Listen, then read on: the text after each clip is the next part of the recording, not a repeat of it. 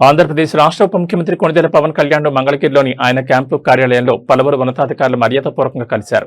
ఇటీవల Tirupati municipal corporation commissioner గా బాధ్యతలు చేపట్టిన ఐఏఎస్ అధికారి జయకృష్ణతో పాటు సైన్స్ అండ్ టెక్నాలజీ శాఖ కార్యదర్శి doctor Hanumanthu Purushottam, deputy CM Pawan Kalyan తో వేర్వేరుగా భేటీ అయ్యారు. తిరుపతి మున్సిపల్ కార్పొరేషన్ నూతన కమిషనర్ గా నియమితులైన జయకృష్ణ మంగళగిరిలో ఉప ముఖ్యమంత్రిని కలిసి పుష్పగుచ్చం అందించారు.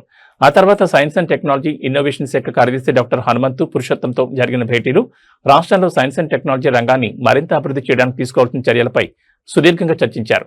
పరిశోధనలు, కొత్త ఆవిష్కరణలకు రాష్ట్రంలో అనుకూలమైన వాతావరణం కల్పించాలని, విద్యార్థులు మరియు యువ పరిశోధకులకు విస్తృతమైన అవకాశాలు కల్పించాలని ఈ సందర్భంగా పవన్ కళ్యాణ్ స్పష్టం చేశారు.